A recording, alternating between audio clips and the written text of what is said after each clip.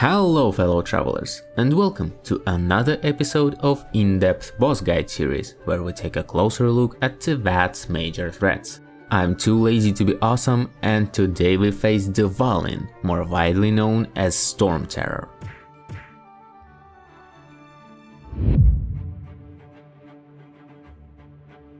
Stormterror is the only boss so far that you can't fight in co-op. But don't worry, the fight is simple enough to handle it alone.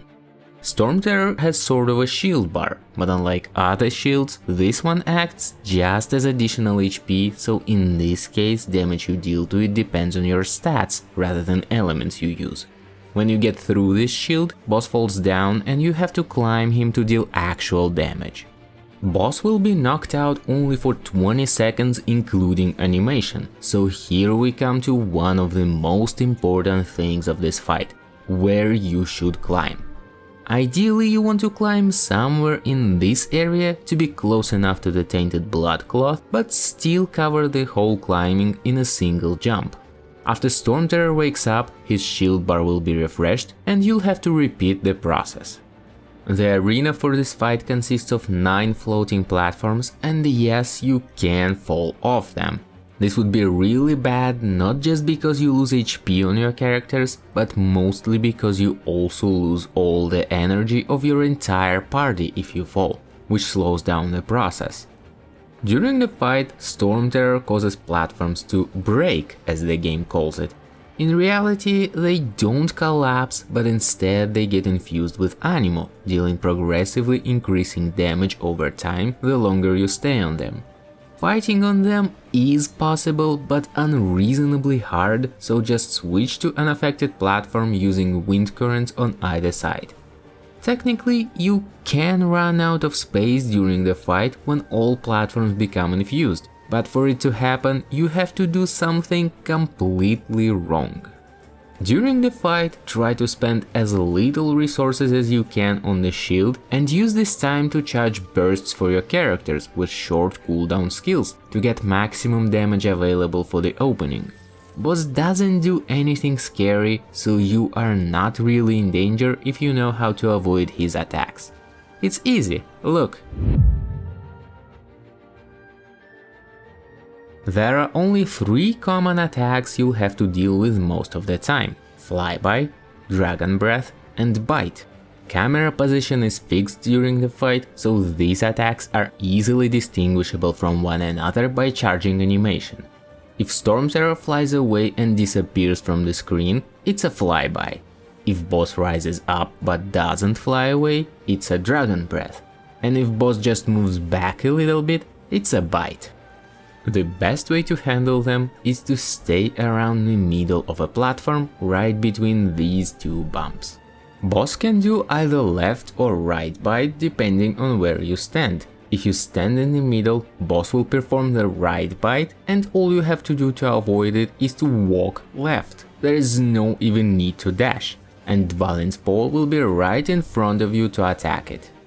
Dragon Breath acts almost the same, but borderline for this one is different.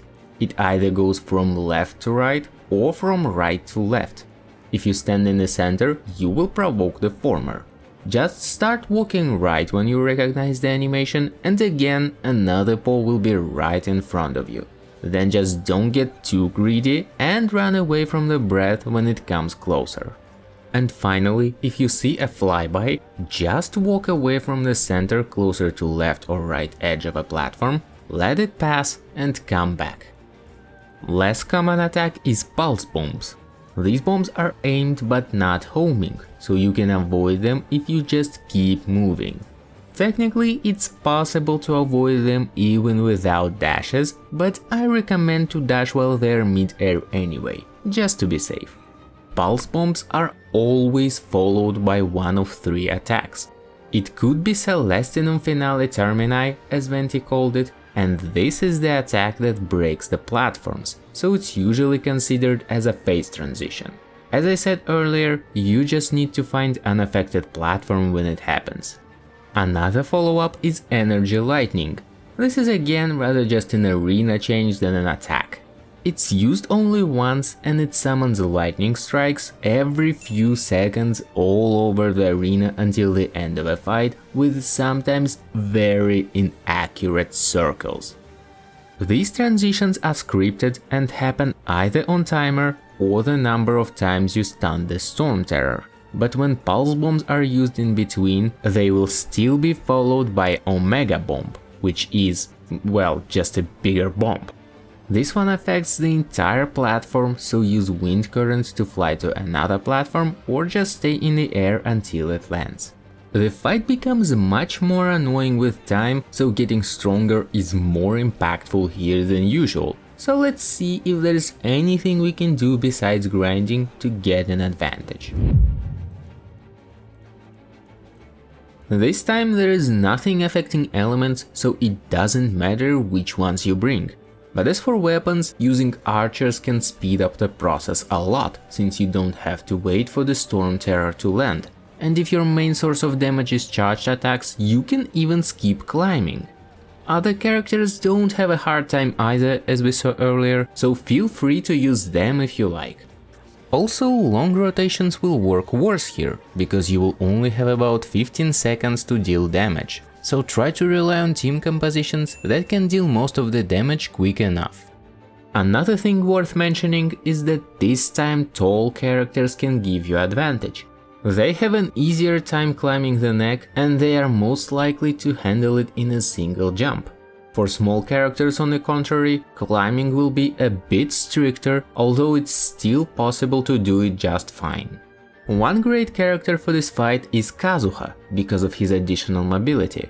He can save himself from falling, can activate wind current without collecting all 3 animogranas, doesn't have to climb, and can fly across the entire platform without touching the ground. If any of these bother you, he's your pick.